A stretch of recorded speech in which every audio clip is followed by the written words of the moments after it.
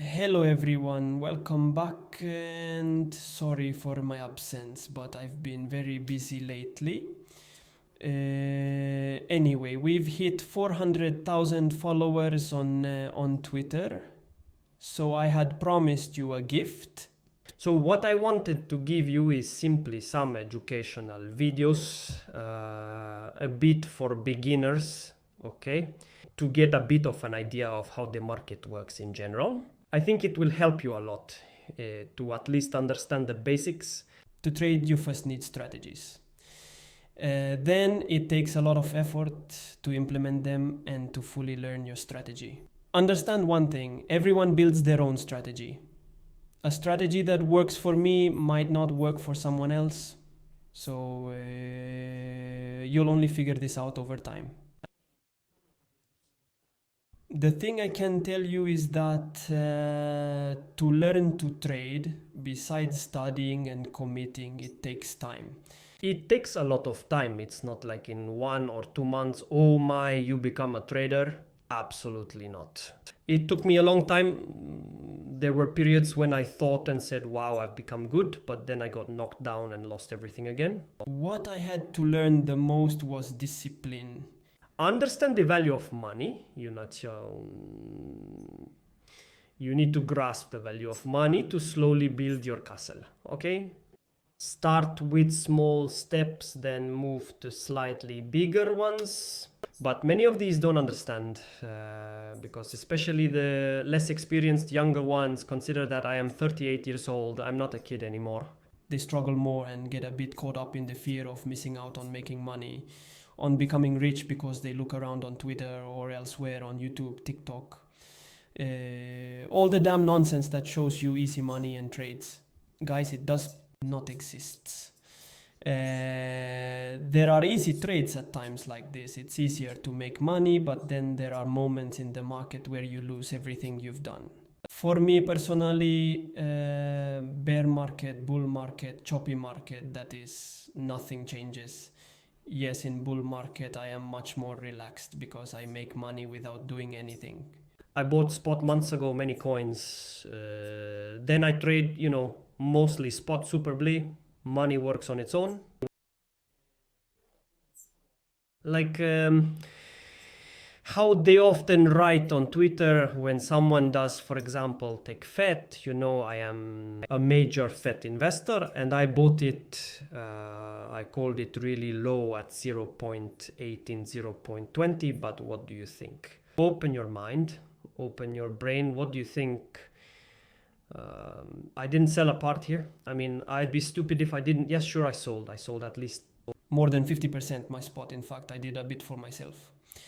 I had an average price of 0.16. I made an 1800%, 1700%. Are you not selling? Yes, I sold a portion at $1. Sold a portion at 2.90. Still have a large bag because I've had it for a while. You really buy it low. But for me now, it could even drop to 0. I'm not bothered. I've already made the profit I needed to. Only a fool wouldn't do it.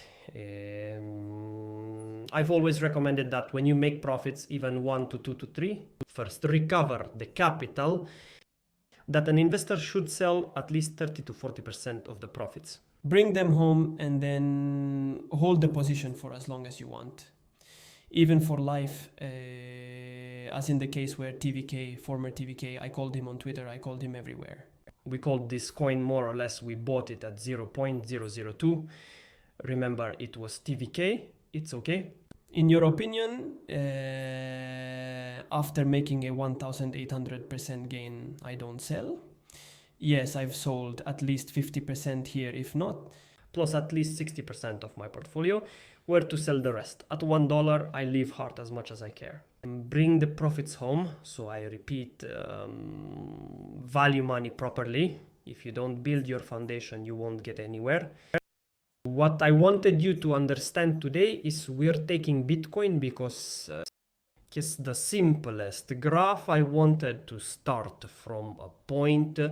I also took some notes to be more accurate. I wanted to start with a fundamental point of trading, which is the basics of the trend supremacy. It's the simplest thing to understand. yet many do not follow this rule. In trading, there is a trend. There's a dominance of a trend over the macro that you can see on the weekly. You should always use higher time frames, which I will explain later what they are, which they are not, however. Now let's see the trend that it's just a trend, and this is a downward trend, okay? This is an upward trend. What I wanted you to understand is a fundamental thing. One, there's on the side, exactly as I said, two trends. Rising trend and falling trend. One of the most accepted principles of technical analysis says that the trend, okay, everyone says it, once it's established, it's more likely to continue than to reverse. So when we're here, we're on an upwards trend. I don't go looking for short positions because once the trend is consolidated, it's easier after this breakout.